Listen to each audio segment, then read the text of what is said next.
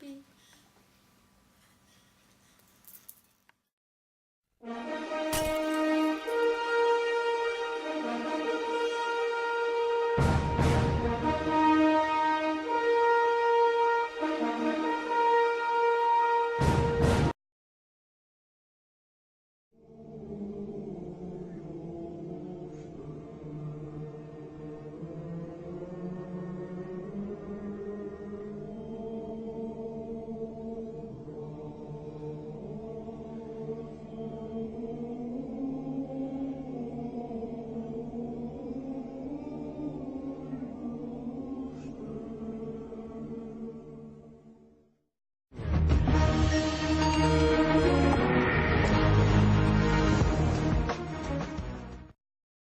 To all our viewers from the United States and around the globe, you are watching Haqqo News, where we deliver the truth.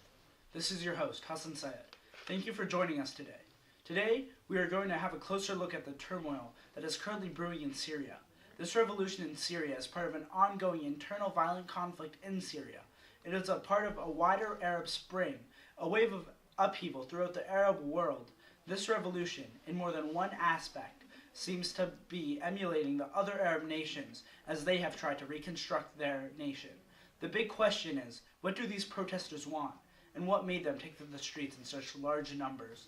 Public demonstrations first began in January 2011 when a resident of a small southern city took to the streets to protest the torture of students who put anti-government graffiti up. This has now developed into a nationwide uprising. These protesters are calling for the resignation of President Bashar al-Assad and the overthrow of his government and the Ba'ath Party control, which has been controlling the country for nearly 50 years. The Syrian army has been deployed to quell the uprisings, and the ironic part of this is that the army is shooting their own civilians.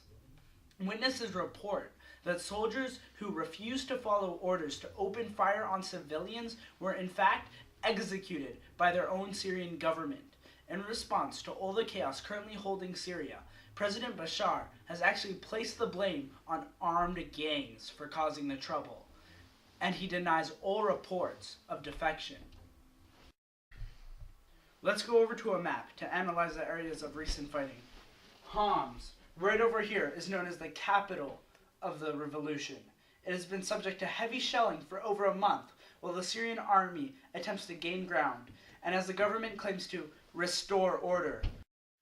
This entire region over here is the city of Homs. As we can see, the Syrian army has bombed many of its own cities. Bama Amr and all the districts in red are the ones that have been targeted by the Syrian army.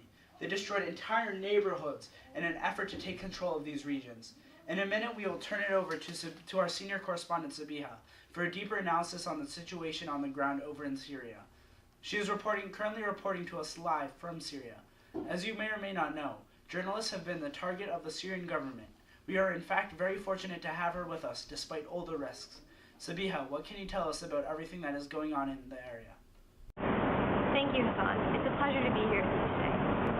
The situation seems to be worsening, Hassan. This recent uprising in Syria has not only impacted families in the region, but families all across the globe.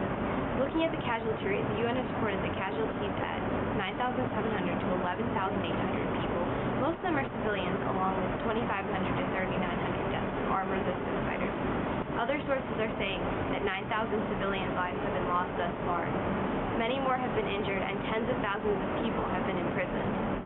The thing to note in this case is that the Free Syrian Army consists of mainly young men. The average age of most of the protesters is in fact only 22 years old. These young men, women, and children are putting themselves in direct danger by taking it to the streets. It's a sad fact that many husbands and sons never made it home.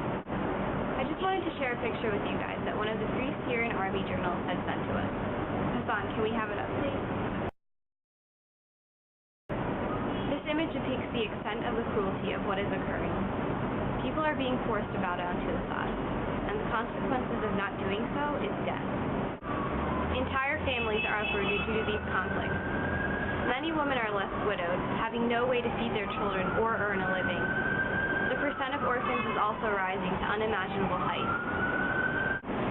The recent devastation in the neighborhood Baba Amr has left thousands of families dislocated. Those who had a place to evacuate attempted to leave the city when the shelling first began. Buildings are being destroyed completely due to the continuous shelling. Some reporters that I've personally talked to described the destruction and the items you find on the street and in the ruined homes. One of them painted a picture in my mind as she said, "Just try to imagine a line of slippers and shoes covered in dust outside the door, and to know the fact that the owners of these shoes never made it, and the entire room inside was rubble is just horrifying." Hassan, these civilians are being deprived of their basic necessities: food, water, clothing, medical supplies, and even shelter.